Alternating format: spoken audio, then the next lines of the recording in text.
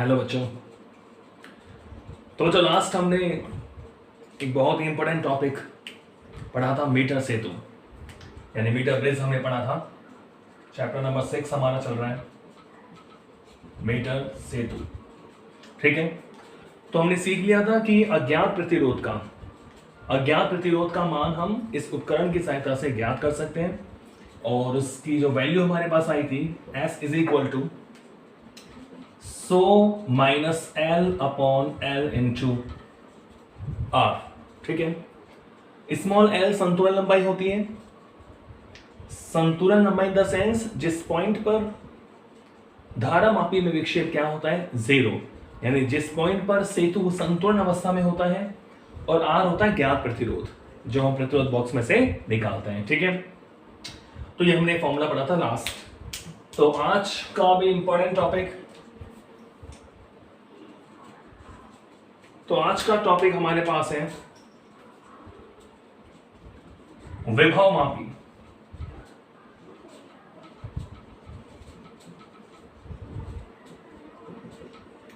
विभव मापी, ठीक है, पोटेंशियोमीटर।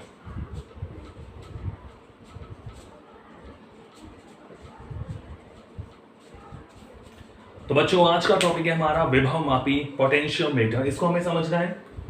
तो हमने मीटर सेतु पढ़ा है, मीटर सेतु एक उपकरण था हमारे पास। तो अब हम पढ़ेंगे विभव मापी क्या होता है। ठीक है, यानी पोटेंशियोमीटर। क्लियर? चलो इसे नाम से चलें कि सर विभव मापी, नाम से तो ऐसा पता लग रहा है कि विभव का कोई मापन हो रहा होगा, यानी एक ऐसा उपकरण है जिसकी सहायता से हम विभव या विभवांतर का क्या कर सकते हैं, मापन कर सकते हैं। तो बिल्कुल सही बात है ये कि विभव मापी क्या होता है, एक उपकरण होता है, एक ऐसा उपकरण, एक ऐसा एपरेटस, एक ऐसा उपकरण जिसकी सहायता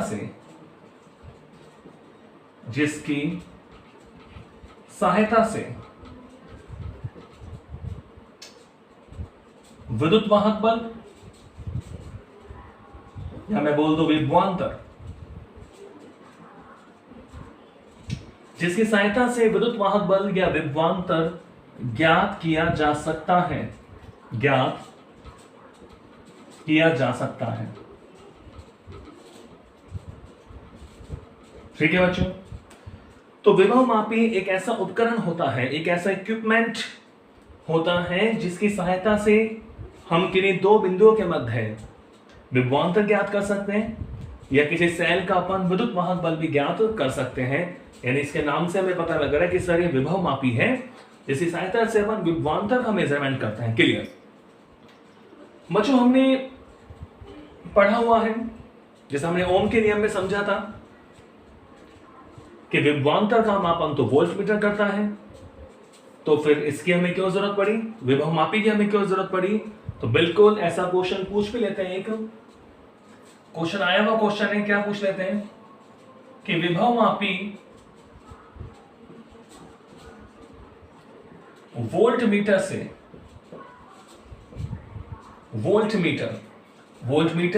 की सहायता से हम किन्हीं दो बिंदुओं के मध्य विभवांतर का मान ज्ञात करते हैं। ठीक है, to measure potential difference between two points. विभव मापी वोल्टमीटर से अधिक उपयुक्त है या अधिक श्रेष्ठ है, क्यों? आया हुआ क्वेश्चन है कि विभव मापी वोल्टमीटर से अधिक उपयुक्त है, क्यों? क्वेश्चन ये है कि भाई हम वोल्टमीटर से विभवांतर मापते हैं, जैसे अमीटर से धारा नापते हैं, ऐसे वोल्टमीटर से हम दो बिंदुओं के बीच में विभवांतर मापते हैं। तो अब विभव मापी की हमें जरूरत क्यों पड़ी, तो इसको समझिए अपन, उसी से आपको विभव मापी का कंसेप्ट भी क्लियर हो जाएगा। क्लियर? तो वोल्टमीटर की बात करें तो बच्चों सपोज करो जैसे मैंने ये कोई प्रतिरोध तार ले लिया। ठीक है, सपोज करो इसका प्रतिरोध है कितना बच्चों, कैपिटल R। क्लियर? अब मान लो इसमें करंट फ्लो हो रहा है कैपिटल I। इस प्रतिरोध में कितनी धारा प्रवाहित हो रही है, कैपिटल I। क्लियर? अब मान लो इसके सिरों के मध्य मुझे विभवांतर मापन करना है, तो मैं विभवांतर को मापने के लिए इसके सिरों के बीच में क्या लगा देता हूं, एक वोल्ट मीटर लगा देता हूं, in the sense volt meter. ये भी क्या है, वोल्ट मीटर है, ठीक है। इसके सिरों के मध्य हमने क्या लगा दिया, वोल्ट मीटर। तो अब अगर अपन थ्योरेटिकल देखें तो V इज इक्वल टू जो विभवांतर है वो हमें क्या मिलना चाहिए भाई, IR मिलना चाहिए, या हमें विभवांतर का मान मिलना चाहिए। इसका प्रतिरोध कैपिटल R है, इसमें प्रवाहित धारा कैपिटल I है, तो इसके सिरों के मध्य, इसके सिरों पर कितना पोटेंशियल ड्रॉप होगा, कितना विभव पतन होगा, तो V इज इक्वल टू क्या होगा, IR। लेकिन कहानी कुछ और है बच्चों। क्या होता है कि वोल्ट मीटर का भी स्वयं का प्रतिरोध होता है। जैसे अपने व्हीटस्टोन सेतु में मैंने आपको बताया था कि जैसे धारा मापी एक उपकरण है जो धारा की दिशा बता रहा है परिपथ में, तो उसका स्वयं का प्रतिरोध था, इसलिए उसमें धारा प्रवाहित हुई। तो वोल्ट मीटर भी एक ऐसा उपकरण है जिसका स्वयं का भी प्रतिरोध होता है, क्योंकि तो इसमें कुंडली वगैरह, तार वगैरह लगे रहते हैं, कॉइल होती है इसके अंदर, कॉइल का प्रतिरोध होता है। तो ये अपने प्रतिरोध के कारण, स्वयं के प्रतिरोध के कारण बाह्य परिपथ से धारा लेगा। सपोज करो ये जो हम सप्लाई कर रहे हैं इसको आई करंट, उसमें से ये जो वोल्ट मीटर है वो आई डैश धारा ले लेता है। ये जो वोल्ट मीटर है वो आई करंट में से आई डैश धारा ले लेता है।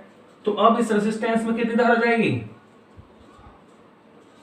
बताओ, आई में से आई डैश तो इसने ले लिया, तो अब इसमें कितना गया, इसमें करंट गई बच्चों I minus I dash, I minus I dash.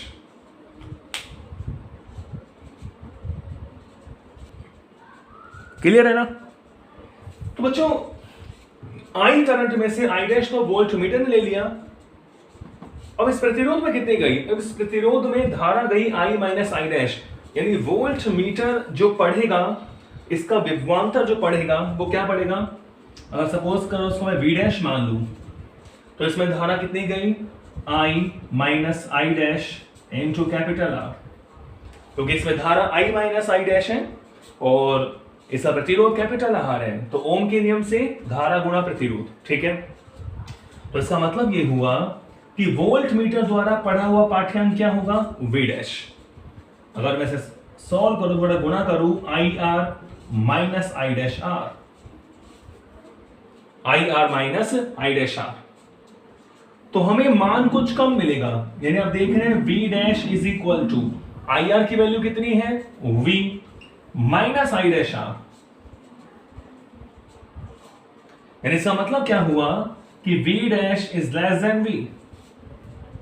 यानी हमारे वोल्ट मीटर द्वारा मापे गए पाठ्यांक में कुछ त्रुटि है। वो त्रुटि क्यों है, क्योंकि ये स्वयं के प्रतिरोध के कारण, इंटरनल रेसिस्टेंस के कारण बाह्य परिपथ में को धारा ले लेता है, जिससे प्रतिरोध में जो हम धारा प्रवाहित कर रहे हैं वो पूरी की पूरी प्रवाहित नहीं होती है, उससे कुछ कम होती है। जब धारा कम होगी तो विभवांतर भी कुछ कम हो जाता है। तो जो वी डैश है वोल्ट मीटर द्वारा मापा गया विभवांतर वो वास्तविक विभवांतर से कम होता है। ये वाला भी क्या है, दिस इज वास्तविक विभवांतर, रियल पोटेंशियल डिफरेंस, वास्तविक विभवांतर ये होना चाहिए। लेकिन हमें जो मेजरमेंट करके दे रहा है वोल्ट मीटर, ये दे रहा है वी डैश दे रहा है। तो वोल्ट मीटर द्वारा मापा गया जो विभवांतर है, जो मान है विभवांतर का, वो वास्तविक विभवांतर से क्या होता है, कम होता है। इसलिए वोल्ट मीटर द्वारा जो विभवांतर है वो त्रुटिपूर्ण होता है। तो इसी समस्या को दूर करने के लिए हमने क्या बनाया, विभव मापी। क्या बनाया बच्चों, विभव मापी बनाया। अगर मैं आपसे इसी में पूछूं कि अगर मान लो, वैसे तो होता नहीं है दुनिया में कोई भी आदर्श, अगर ये आदर्श वोल्ट मीटर होता, मतलब आप क्या चाहते हो, आप ये चाहते हो कि सर अगर हमें एक्यूरेट विभवांतर चाहिए, बिल्कुल सही मान हमें चाहिए, तो क्या होना चाहिए, आप बिल्कुल कहोगे कि सर ये आई डैश क्या होना चाहिए, जीरो होना चाहिए। जब आई डैश जीरो होगा तो इसमें पूरा का पूरा करंट जाएगा और हमें विभवांतर क्या मिल जाएगा, आई आर मिल जाएगा। अब आई डैश जीरो कब होगा, सोचो, विभवांतर कोई धारा नहीं ले। अगर मैं आपको दो ऑप्शन दूं कि इसका प्रतिरोध शून्य हो या अनंत हो, तो सोच के बताओ। सोच लिया हो आपने, कोई धारा नहीं ले रहा, कोई धारा नहीं ले रहा, इसका मतलब इसका प्रतिरोध क्या होना चाहिए, अनंत होना चाहिए। प्रतिरोध बहुत ज्यादा अनंत है तो धारा नहीं लेगा, धारा क्या होगी, जीरो। तो अब यहां से हमें एक वैल्यू और मिली कि आदर्श वोल्ट मीटर, पढ़ेंगे इसी चैप्टर में अपन, आदर्श वोल्ट मीटर का जो प्रतिरोध होता है, रेसिस्टेंस होता है, रुकावट होती है, धारा के मार्ग में अवरोध होता है, आदर्श वोल्ट मीटर का प्रतिरोध क्या होता है बच्चों, अनंत होता है। क्या होता है, अनंत होता है, जिसके कारण वो बाह्य परिपथ से कोई धारा नहीं लेगा, तो सारी की सारी धारा इस प्रतिरोध में से होकर जाएगी और हमें वास्तविक विभवांतर प्राप्त होगा, मापित होगा विभवांतर वोल्टमीटर के द्वारा। तो इसी कमी को दूर करने के लिए क्या बनाया बच्चों, विभव मापी। तो अब आप समझ गए हैं कि आगे मैं क्या बोलने वाला हूं, क्योंकि अब जो वोल्ट मीटर की कमी है वो दूर हो जाती है किसमें, विभव मापी में। तो विभव मापी एक ऐसा उपकरण है, विभव मापी एक ऐसा उपकरण है जो अविक्षेप विधि पर आधारित है। अविक्षेप विधि इंपॉर्टेंट पूछ लेते हैं। जैसे मैंने आपको बताया था कि मीटर सेतु किस सिद्धांत पे कार्य करता है, तो आंसर इज व्हीटस्टोन सेतु पर आधारित है। बच्चों आपके शुरू में एग्जाम में आप जब देखोगे 13 क्वेश्चन एक एक नंबर के आते हैं, तो ऐसे क्वेश्चन पूछते हैं कि मीटर सेतु अविक्षेप विधि पर आधारित है और जो विभव मापी है वो कौन सी विधि पर आधारित है, विभव मापी अविक्षेप विधि पर आधारित है। अविक्षेप विधि, अविक्षेप विधि गैस को बोल देते हैं शून्य विक्षेप विधि।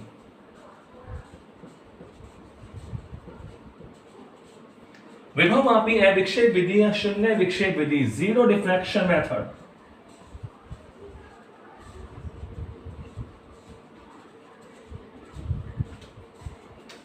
अविक्षेप विधि पर आधारित है, इसका मतलब क्या होता है, इसका मतलब यह है कि यह परिपथ से कोई धारा ग्रहण नहीं करता।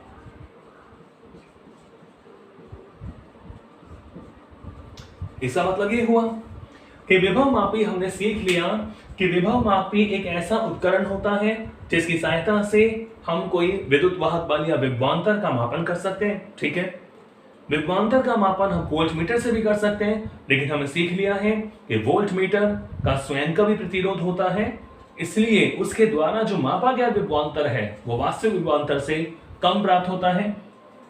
विभव मापी जब हम लगाते हैं परिपथ में तो वो अविक्षेप विधि पर आधारित होने के कारण, शून्य विक्षेप विधि पर आधारित होने के कारण बाह्य परिपथ से कोई धारा ग्रहण नहीं करता, यानी इसका जो मापा गया विभवांतर बिल्कुल क्या होता है, सही होता है।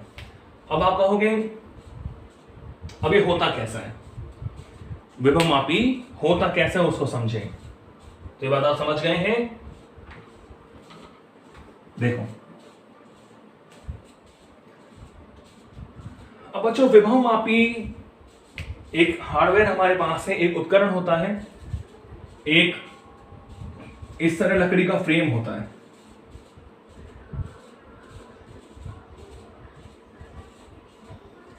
ये लकड़ी का मान लो फ्रेम है, पूरा मैं रफ डायग्राम बना रहा हूं, एक लकड़ी का फ्रेम होता है। अब इसमें नॉर्मली क्या होता है, विभव मापी या तो आपको 4 मीटर लंबाई वाला तार मिलता है या 10 मीटर लंबाई वाला तार मिलता है। नॉर्मली अपन 10 मीटर काम में लेके चलते हैं लैब में, तो या तो 4 मीटर वाला मिलता है या 10 मीटर, ज्यादातर 10 मीटर वाला यूज करते हैं क्योंकि वहां अधिक एक्यूरेसी से हम विभवांतर माप लेते हैं। तो विभव मापी की बनावट कैसी होती है इसको पढ़ें। अभी हमने पढ़ा है कि विभव मापी क्यों श्रेष्ठ है और विभव मापी कौन सी विधि पर आधारित होता है। अब समझेंगे कि विभव मापी होता कैसा है, हाउ इज पोटेंशियोमीटर। विभव मापी की बनावट कैसी होती है, तो बच्चों एक लकड़ी का फ्रेम होता है, आप देखोगे प्रैक्टिकल में, तो यहां पर 1-1 मीटर के डिस्टेंस पर से 1 मीटर, फिर यहां पेच होता है, इसको मोड़ देते हैं, फिर ये दूसरा, समझ रहे हो, ऐसे 10 मीटर बना देते हैं, 3 ये हो गए, 4 5 6 7 8 9 और ये हो गया बच्चों 10। ठीक है,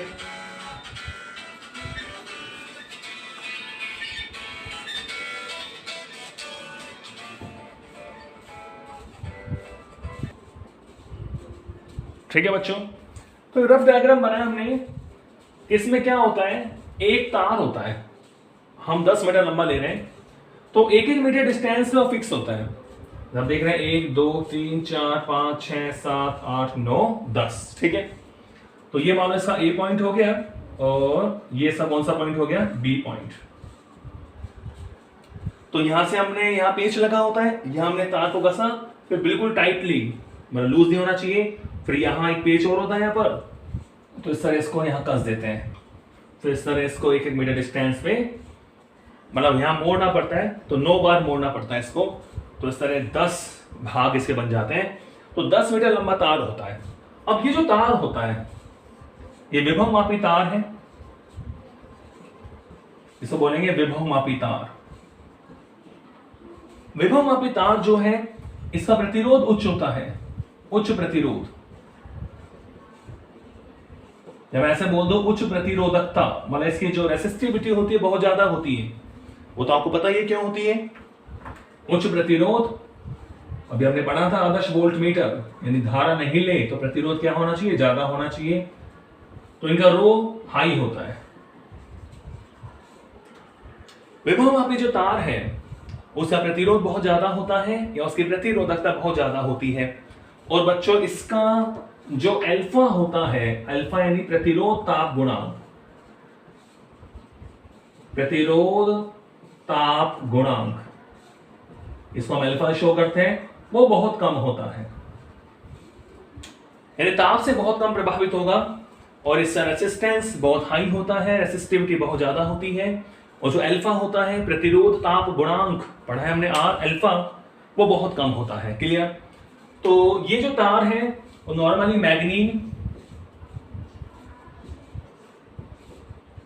मैग्नीन या किसका बना होता है, कॉन्स्टेंटन का बना होता है। किसका बना होता है बच्चों, मैग्नीन या कॉन्स्टेंटन। हाँ बिल्कुल, एलॉय होती है, ये मिश्र धातु होती है। मैग्नीन या कॉन्स्टेंटन से बना होता है। क्यों बना होता है, क्योंकि इनकी रेसिस्टिविटी बहुत ज्यादा होती है, और जो इनका अल्फा होता है, यानी जो प्रतिरोध ताप गुणांक है, वो बहुत कम होता है। मैग्नीन में आपको बता दूं, मैग्नीन आपका जो मैग्नीन है वो बनता है copper plus manganese plus nickel से मिलकर बनता है। इनका रेशो में आपको बता दूं, 84% तो कॉपर होता है, 12% मैग्नीज होता है इसमें, और बचा की तरह 4% क्या होता है बच्चों, निकिल होता है। तो कॉपर मैग्नीज और निकिल से मिलकर बनता है मैग्नीन। 84% तांबा कॉपर होता है, मैग्नीज 12% होता है, और 4% क्या होता है, निकिल। और जो कॉन्स्टेंटन है इसको यूरेका भी बोल देते हैं। इसी मिश्र धातु का नाम और क्या है, यूरेका। ये कॉपर और मैग्नीज से मिलकर बना होता है, कॉपर और मैग्नीज किससे मिलकर बना होता है, कॉपर और मैग्नीज। तो यहां मैग्नीन या यूरेका मैग्नीन या कॉन्स्टेंटन का क्या लेते हैं, एक प्रतिरोध ताप लेते हैं जिसकी रेसिस्टिविटी बहुत ज्यादा होती है, और प्रतिरोध ताप गुणांक क्या होता है, कम होता है। ठीक है, इसके समानांतर एक स्केल लगा रहता है। इसका को नॉर्मली हम बनाते नहीं है सर्किट में, या स्केल लगा रहता है, सर मान लेना स्केल है। ठीक है, तार की लंबाई को नापने के लिए जहां भी हमें शून्य विक्षेप बिंदु मिलेगा, पढ़ेंगे अभी कैसे करेंगे, तो ये स्केल लगा रहता है इसके समानांतर। तो ये व्यवस्था होती है इसकी। ठीक है, तो बनावट में हमने देख लिया कि इसमें एक लकड़ी का फ्रेम होता है, जिसके ऊपर एक 10 मीटर लंबे तार को 1-1 मीटर की डिस्टेंस पर 9 बार मोड़कर व्यवस्थित किया जाता है। तार किसका बना होता है, मैग्नीन या कॉन्स्टेंटन का बना होता है, जिनका जो प्रतिरोध ताप गुणांक तो बहुत कम होता है, और जो प्रतिरोध या प्रतिरोधकता क्या होती है, बहुत ज्यादा होती है। क्लियर। अब देखिए,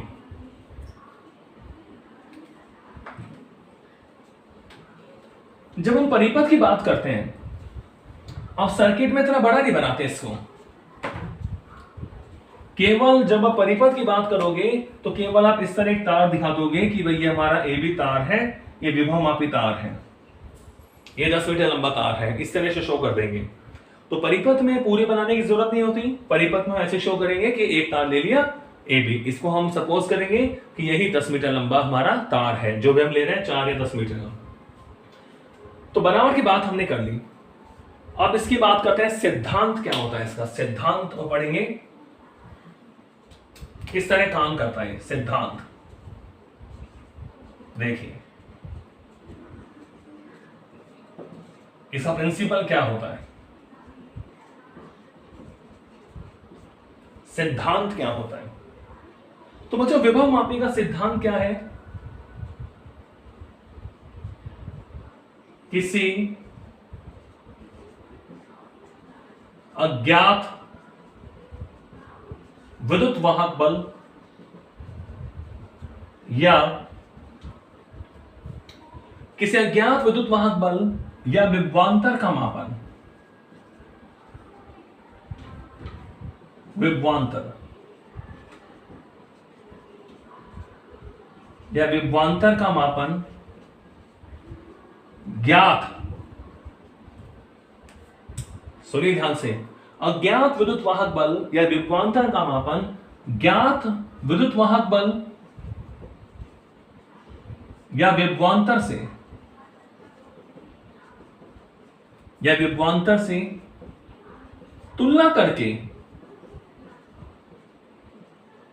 ज्ञात करना। बच्चों यही विभव मापी का सिद्धांत है। तो विभव मापी में करना क्या होता है, अज्ञात का मान निकालेंगे ज्ञात से तुलना करके। अभी समझ में आएगा तुलना कैसे है, अभी तो आप इस लाइन को पढ़िए एक बार कि किसी अज्ञात विद्युत वाहक बल ईएमएफ इलेक्ट्रोमोटिव फोर्स V वेग या विभवांतर का मापन ज्ञात विद्युत वाहक बल या विभवांतर से तुलना करके ज्ञात करना है। अब समझिए इसको, इस सिद्धांत को समझिए। तो सपोज करो बच्चों हमारे पास किस तरह इसको हम सर्किट में बनाते हैं। तो देखो ये हमारे पास देखें, ये मैंने बताया था एक तार होता है ए बी, ये क्या होता है विभव मापी तार, ठीक है। तो सबसे पहले हम एक सर्किट बनाते हैं, इस विभव मापी तार के साथ हम इस श्रेणी क्रम में एक बैटरी जोड़ेंगे, एक बैटरी सेल जोड़ रहे हैं, संचयक सेल प्लस माइनस, इसे मैं बोल दूंगा इसका विद्युत वाहक बल है ईपी, इतना इसका विद्युत वाहक बल ईपी, ठीक है। और एक सेल के साथ हम एक कुंजी यहां जोड़ देते हैं और एक धारा नियंत्रक धारा को कंट्रोल करने के लिए।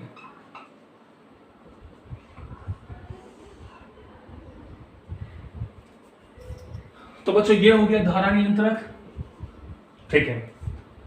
तो ये हमारा विभव मापी तार का विभव मापी का एक प्राथमिक परिपथ कहलाता है। इसे बोलते हैं प्राइमरी सर्किट। ये बच्चों होता है प्राथमिक परिपथ।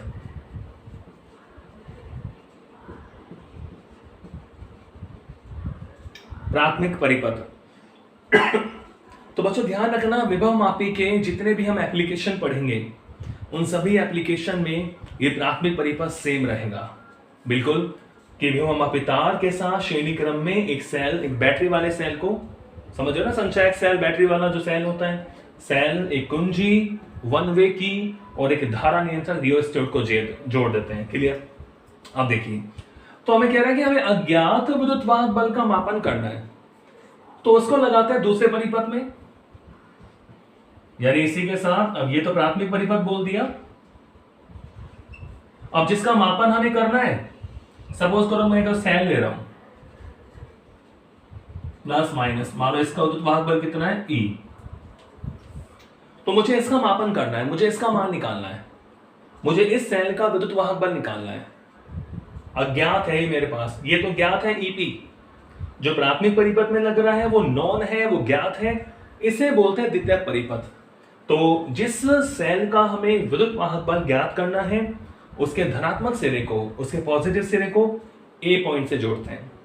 तो ध्यान रहे, विभव मापी के हर एक्सपेरिमेंट में A वाला जो पॉइंट है वो हमेशा हाई वोल्टेज में होना चाहिए और जो B वाला पॉइंट है वो लो वोल्टेज में होना चाहिए। क्लियर है? तो बहुत बहुत क्लियर है आपका कि पॉजिटिव ए से जोड़ दिया, नेगेटिव वाला जो सिरा है वो बच्चों जोड़ते हैं धारामापी से, गैल्वेनोमीटर से, और धारामापी का दूसरा सिरा हम जोड़ देते हैं जॉकी से।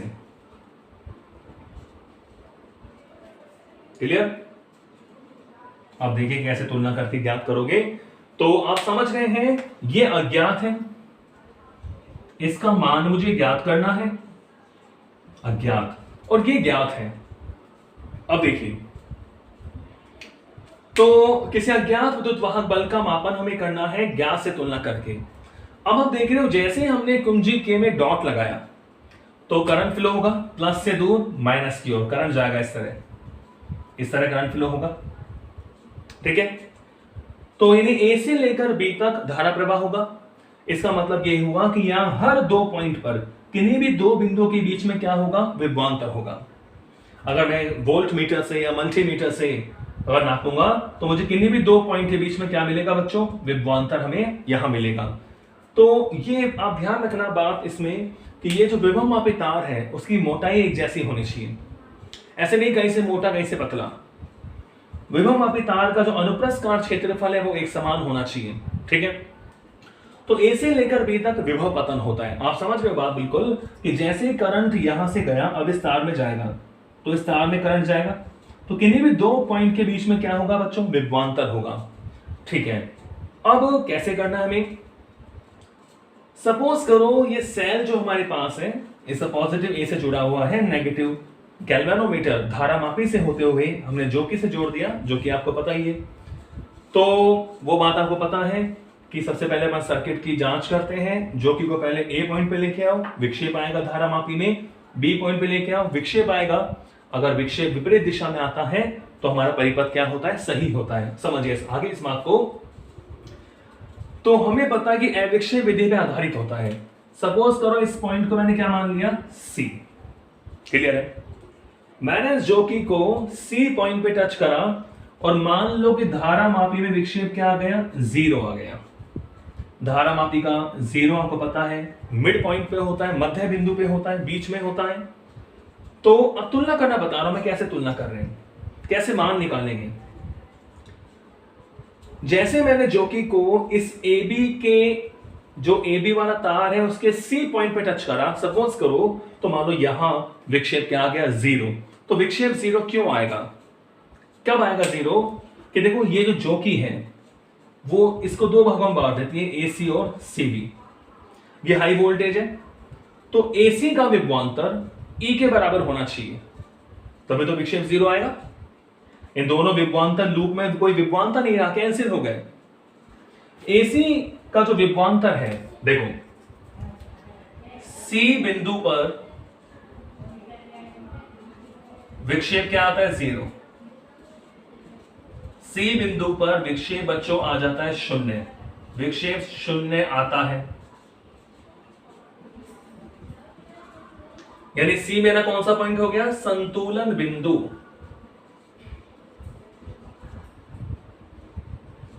सी को मैंने क्या बोल दिया बच्चों, संतुलन बिंदु बोल दिया। तो हमने देखा कि जॉकी को जैसे सी पॉइंट पे टच करा तो धारामापी विक्षेप आ गया जीरो। तो इसका मतलब यह हुआ कि AC का विभवांतर, AB का नहीं, AC का विभवांतर E के क्या हो गया, बराबर हो गया, तो कैंसिल हो गया। AC का विभवांतर बच्चों E के बराबर हो गया। ठीक है, तो शून्य आता है, अर्थात इसका मतलब क्या होगा कि AC का विभवांतर A और C के मध्य विभवांतर किसके बराबर हो गया, E के बराबर हो गया, तभी तो विक्षेप जीरो आएगा। ये EP है, ये बैटरी का विभवांतर है, बैटरी का विद्युत वाहक बल है। मैं बात कर रहा हूं A और C के मध्य है, A और C ना कि A और B। तो AC का विभवांतर E के क्या हो गया बच्चों, बराबर हो गया। अब इसका मतलब ये हुआ अगर मैं पूरा विभवांतर लूंगा, जैसे AC जो इसके बराबर हो गया, तो अभी तो और विभवांतर बचा हुआ है। तो यहां मोस्ट इंपोर्टेंट बात आपको ध्यान रखनी है, नहीं तो कभी भी जीरो विक्षेप नहीं आएगा। हमेशा ध्यान रखना कि जो VAB है वो ग्रेटर देन होना चाहिए हमेशा E के, यानी इस AB तार का विभवांतर हमेशा E से क्या होना चाहिए, ज्यादा होना चाहिए। या मैं ऐसा बोल दूं कि जो धनात्मक परिपथ में सेल लगा हुआ है उसका विद्युत वाहक बल या विभवांतर द्वितीयक परिपथ में सेल के विद्युत वाहक बल से क्या होना चाहिए, हमेशा बड़ा होना चाहिए।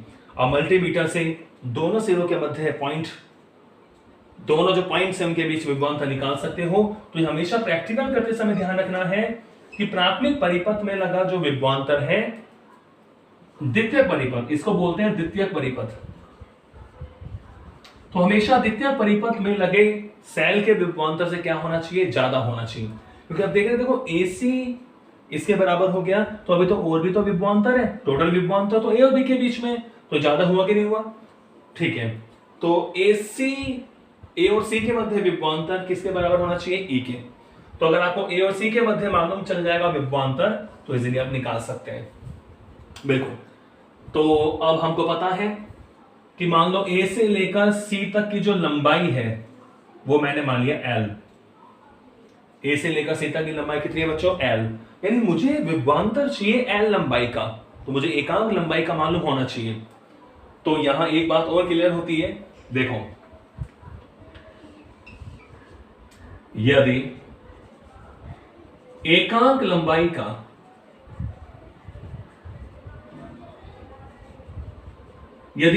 लंबाई का विभवांतर एकांक लंबाई का विभवांतर, बच्चों हमें पता है कि E बराबर VAC है। अब VAC कितनी लंबाई का है, L लंबाई का विभवांतर है। तो भाई L लंबाई या किसी भी लंबाई पर आपको विभवांतर कब मालूम होगा, जब एकांक लंबाई का मालूम होगा। यदि एकांक लंबाई का विभवांतर, और बच्चों इसी को बोलते हैं पोटेंशियल ग्रेडियंट। हाँ, एकांक लंबाई पर जो विभवांतर है इसी को हम बोलते हैं विभव प्रवणता। यदि एकांक लंबाई का विभवांतर, जैसे मैं बोलूंगा विभव पतन, एकांक लंबाई का विभवांतर विभव पतन, इसको बोलते हैं बच्चों विभव प्रवणता।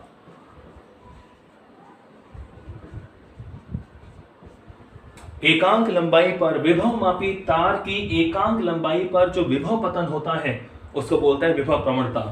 क्या हो, x हो, इसको मैंने x मान लिया, x हो। तो एकांक लंबाई पर विभव प्रवणता है x, तो हमें x मालूम चल जाए बस। x हो तो L लंबाई पे कितना होगा, इसकी बात हो रही। x हो तो L लंबाई पर, तो L लंबाई पर विभव पतन, तो देखो तुलना करके निकाल रहे हैं, E का मान VAC, इससे तुलना करके मान आएगा। एकांक लंबाई का विभव पतन, potential drop per unit length is x, it's called potential gradient. इसे बोलते हैं विभव प्रवणता। x हो तो स्मॉल l लंबाई पर विभव पतन, और स्मॉल l लंबाई पर विभव पतन कितना है, VAC, कितना होगा, XL होगा। बिल्कुल, L लंबाई पर विभव पतन कितना है, VAC। L लंबाई का विभवांतर कितना है, VAC, A और C के मध्य है। एकांक लंबाई पर विभव पतन, एकांक लंबाई का विभवांतर x है, तो L लंबाई का कितना हो जाएगा, XL हो जाएगा। तो बिल्कुल हमें पता लग गया। इक्वेशन नंबर 2 मान लो इसे मैं, देखो समीकरण 1 व 2 से, तो समीकरण 1 व 2 से E इज इक्वल टू क्या आ गया बच्चों, XL आ गया। Equation number 3, E is equal to क्या आ गया, XL। तो E अज्ञात है, X विभव प्रवणता है, और बच्चों L होती है लंबाई। अब L को तो हम जो स्केल लगा होता है तार के पैरेलल, तार के समांतर, उससे नोट कर सकते हैं। अब बात आती है किसकी, X की। तो देखिए X क्या होता है, विभव प्रवणता।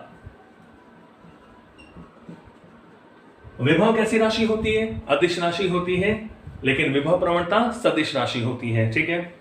तो विभव प्रवणता x क्या है, विभव प्रवणता है एकांक लंबाई का विभवांतर। टोटल लंबाई मान लो कैपिटल L है, विभव मापी तार की टोटल लंबाई कितनी है, कैपिटल L। एकांक लंबाई का विभवांतर, टोटल विभवांतर मान लो A और B के मध्य है। यानी इसको मैं ऐसे समझाऊं आपको कि L लंबाई पर विभवांतर है VAB। L लंबाई का विभवांतर कितना है, VAB। L लंबाई किसकी है, विभवमापी तार की। एल लंबाई का विभवांतर है वी ए बी, तो बताओ एकांक लंबाई का विभवांतर क्या होगा, V A B upon L. तो यहां से जो x की वैल्यू हमें मिलेगी वो क्या मिल गई, V A B upon L. x की वैल्यू क्या मिल गई बच्चों हमें, V A B upon L. Clear है, x हमें मिल गया V A B upon L. और देखिए थोड़ा ऐसे,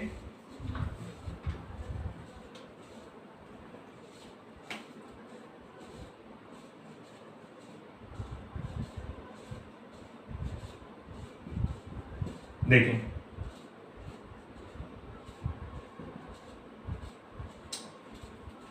x हमें मिल गया V A B upon L, एकांक लंबाई का विभवांतर। टोटल लंबाई एल है तार की, टोटल विभवांतर ए और बी पॉइंट के बीच में कितना है, वी ए बी। अगर मान लो विभव मापी तार में धारा कितनी प्रवाहित हो रही है, आई, और विभव मापी तार का प्रतिरोध है कैपिटल आर। देखो इसको मैं क्वेश्चन में मान लेता हूं 4। देखो यदि तार ए बी में प्रवाहित धारा, यदि तार ए बी में प्रवाहित धारा कैपिटल आई एवं तार ए बी कौन सा है, विभव मापी तार है, एवं तार ए बी, इसको मैं लिख दूं विभव मापी तार, एवं तार ए बी का प्रतिरोध, तार ए बी का प्रतिरोध सपोज करो बच्चों कैपिटल आर हो, तो मुझे बताओ ओम के नियम से इस तार का प्रतिरोध है कैपिटल आर, इस तार में धारा है कैपिटल आई, तो ओम के नियम से, ओम नियम से इस तार का सिरों, इस तार के सिरों के मध्य कितना विभवांतर होगा, आप कहोगे sir I into R, V A B कितना होगा, आई इंटू आर। ठीक है, तो let's put the value of V A B in equation number 4। देखो समीकरण 4 से, अब देखिए वैल्यू देखिए, x इज इक्वल टू क्या मिलेगा, V A B I R upon L. मिला कि नहीं मिला, वी ए बी हो गया, आई आर रख दिया मैंने, तो आई आर अपॉन एल। आई धारा पता होती है, आर प्रतिरोध मालूम होता है, एल विभव तार की लंबाई ये भी हमें मालूम होती है, तो आई आर अपॉन एल। तो आप इसको देख सकते हैं, तो x समान हमें मालूम चल गया।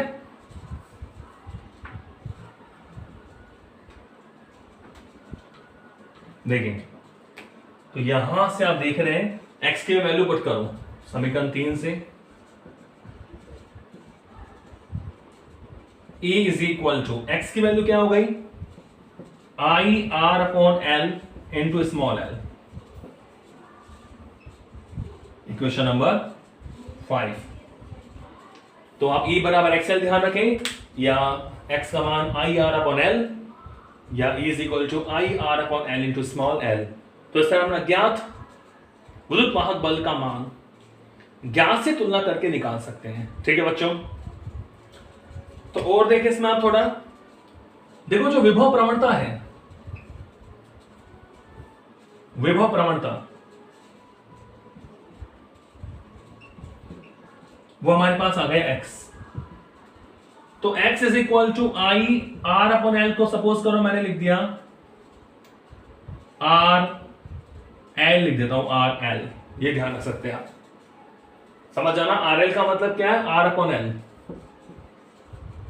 Are L is equal to मैंने क्या x के बराबर माना है, आर अपॉन एल। ठीक है, आर एल मेरे पास है आर अपॉन एल, यानी एकांक लंबाई का प्रतिरोध। आर एल क्या होता है, आर अपॉन एल एकांक लंबाई का प्रतिरोध। समझ आ रही बात, कंफ्यूजन हो रहा है तो चलो रहने दो आप, आर अपॉन एल से देखो, देखो चूंकि x is equal to I R upon L, clear है। अब यहां तो क्लियर है, आई विभव मापी तार में धारा है, आर उसका कुल प्रतिरोध है, और कैपिटल एल क्या है बच्चों, उसकी टोटल लंबाई। बिल्कुल आप जानते हो, क्योंकि आर इज इक्वल टू क्या होता है, बताओ रो के रूप में, आर इज इक्वल टू होता है rho L upon A. R is equal to क्या होता है, rho L upon A, rho L upon A होता है कि नहीं होता, R is equal to rho L upon A. Rho क्या होती है, प्रतिरोधकता, resistivity. R is equal to rho L upon A, rho तार की प्रतिरोधकता, L उसकी लंबाई, A उसका अनुप्रस्थ काट क्षेत्रफल।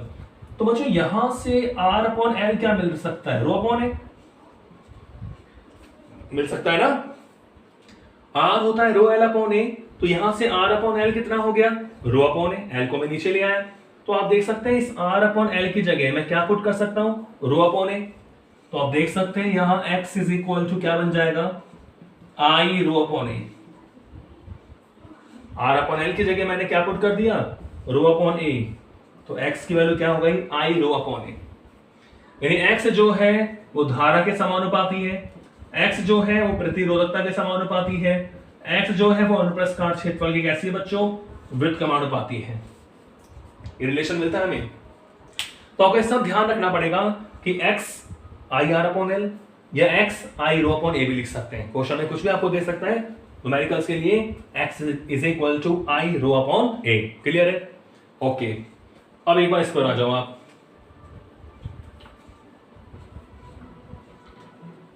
देखो, अब देखो बच्चों, जो धारा है I, मैं धारा की बात करूं, धारा जो हमारे पास विभव मापी तार में धारा है जो I, वो हमें सेल से मिल रही है। सेल का विद्युत वाहक बल कितना है? EP। ठीक है, विद्युत वाहक बल कितना है भाई? EP। और हमारा जो प्रतिरोध है किसका? तार का, वो कितना है? EP upon R। ठीक है, अब इसको देखो और अपन कैसे चेंज कर सकते हैं। न्यूमेरिकल्स की बात कर रहा हूं, ये तो आपका हो गया तुलना करना। E का मान हो गया I R upon L into L। X का ध्यान रखें, X का मान हमें मिल जाता है इस तरह, I रो अपॉन ए या I R अपॉन L। इसको देखिए एक बार। R क्या है? R है विभव मापी तार का प्रतिरोध। भाई R क्या है हमारे पास? R है विभव मापी तार का प्रतिरोध।